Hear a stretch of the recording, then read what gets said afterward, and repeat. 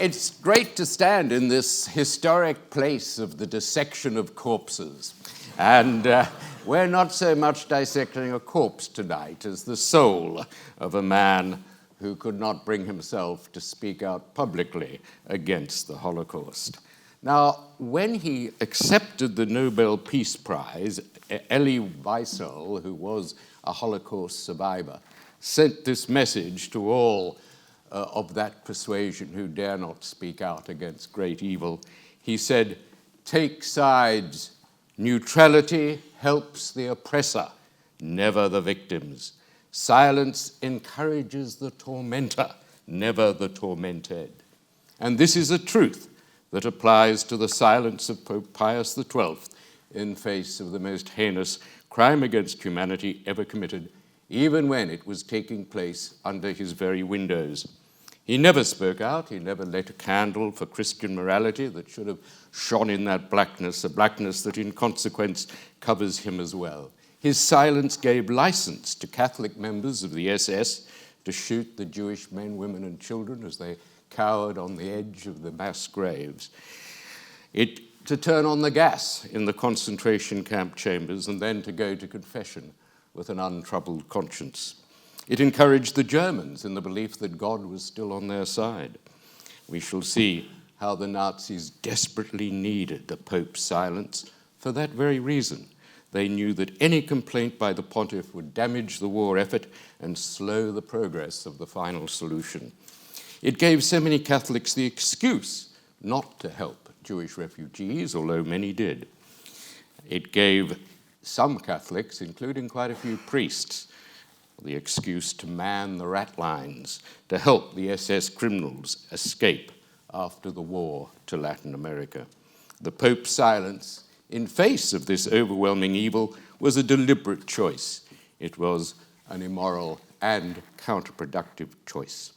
How different this Pope was to the Catholic leaders who helped to scupper the Nazi plan in the 30s to liquidate the mentally ill. That was stopped when churchmen spoke out.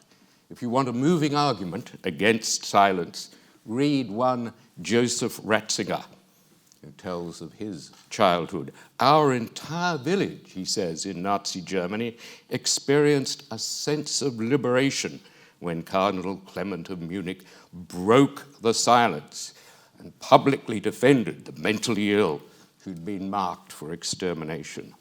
How many other Germans, a few years later, might have experienced a spiritual liberation had the Pope spoken up in similar terms for the Jews when they were marked for extermination?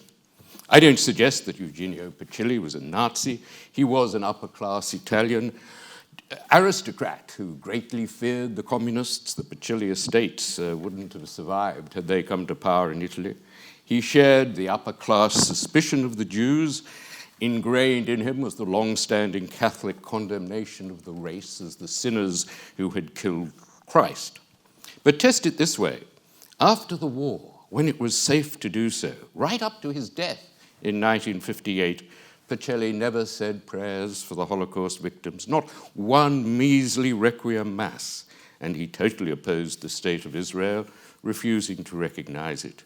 As for the 6 million Jews of Europe, he never lifted a bejeweled finger or stretched a vocal cord to save them. Why did he lack the moral principle to say loud and clear that the extermination of the Jewish race is wrong? When that Holocaust play raised this problem so dramatically in 1963, the first response of Vatican apologists was to claim that the Pope didn't know about it. When that didn't work, they tried another tack. Yes, he knew all about it, but he didn't act because he didn't want to make it worse. Well, how much worse could it be? He didn't act because he didn't want Catholics to suffer the same fate. Really? Can you imagine Himmler, a communicant Catholic, gassing his own congregation? He didn't act, they say, because he had to stay neutral in case he had to broker a truce. No one ever asked him to broker a truce, and a truce with Hitler that would leave the Nazis in place was hardly on the cards after America entered the war. So let us examine these excuses in turn. The notion he didn't know ridiculous. He knew all about the Ustasha massacres of Jews in Croatia in 1941 because Ante-Pavelić, the movement's founder, was a fervent Catholic. Instead of excommunicating him, he welcomed him to the Vatican. He was told of the final solution soon after it was planned at the Wannsee Villa in February 1942. As one book says, quote, "In all likelihood, the Vatican learned of the plan shortly after the Nazis decided it." That's a quote from Hitler, the War and the Pope by Ronald Richlack, who'll speak next. It began in Slovakia in March, the final solution, when 80,000 Jews, mainly women and children, were deported to certain death. Still, the Pope did nothing. Had he done anything, it would have had an effect, because Slovakia was a Catholic country, headed by President Joseph Tiso, who, believe it or not, was a priest. The Pope heard about the gas chambers from priests, from church officials, from Abbot Scavizzi, who was really a spy for the Vatican, working with the Knights of Malta. He's told the Pope that the massacre of the Jews in Ukraine is by now nearly complete, and in October he said that 2 million Jews had already been killed. By that time, the Pope knew of the special camps with the gas chambers. Informers from the Waffen-SS and the German military intelligence passed a talk along. The Italian ambassador to Berlin told him that even the SS talk openly about the executions. Bishop von Preysing, one of the Pope's closest friends, begged him to speak out to save the Jews of Berlin who faced, quote, certain death. But, of course, he didn't, and the Vatican records show that by the end of 43, early 44, they were speaking of 4 million Jews lost in Eastern Europe. But even then, the Pope said nothing. At the end of the war, when it was entirely safe to do so, by speaking out then, he might have moderated those final inhumanities in the camps, and he would certainly have discouraged priests and Catholic lay people from helping the Nazis to escape justice. And it's not credible to claim that his neutrality was justified in order to broker a truce. No one ever asked him. The apologists claim that papal condemnation of the gas chambers would have made Hitler so angry that he would have killed more Jews, or perhaps even bombed the Vatican. But this is nonsense. According to all we know of German diplomacy and strategic thinking, the Pope's neutrality was central to the Nazi strategy. It was essential to keep their soldiers believing that God was on their side, or at least on both sides. And it would shatter that belief if they heard that the Pope was not. Now let's consider the case of the Roman Jews, 85% saved. Oh yes, those arrests when the Germans came in and rounded up 1,000 Jews were a big danger. We have Ribbentrop, the foreign minister, and his envoy at the Vatican, von Weizsäcker. And we know what they said to each other because we've got their telegrams. Von Weizsäcker telegrams Ribbentrop, stop Himmler arresting Jews in Rome, or the Pope might make a public stand which will serve anti-German propaganda, unquote. Really nervous that the Pope might speak out. You see, this had become a propaganda war, the Allies against the Axis, democracy against fascism, for the future allegiance of the world. It's not like the First World War, where at Christmas on the Somme, the contending armies would sing Silent Night and play each other at football and make believe God was on both sides.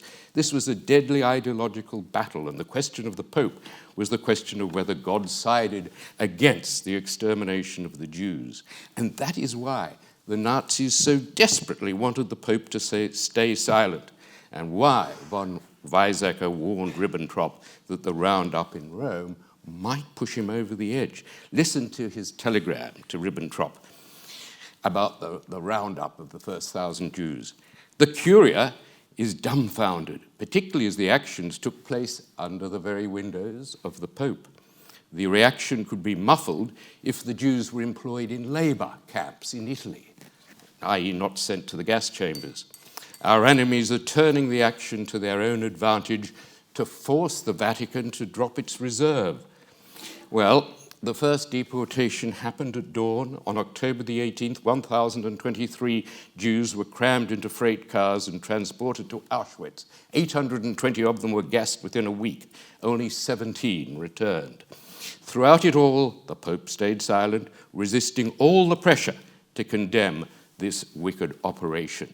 And von Weizsäcker was delighted. He telegrammed Ribbentrop, the Pope, triumphantly, the Pope has not allowed himself to be stampeded into making any demonstrative announcement against the removal of the Jews from Rome. He's done everything he could, even in this delicate matter, not to injure the relationship between the Vatican and the German government, i.e. the government and its extermination policy. That telegram says it all.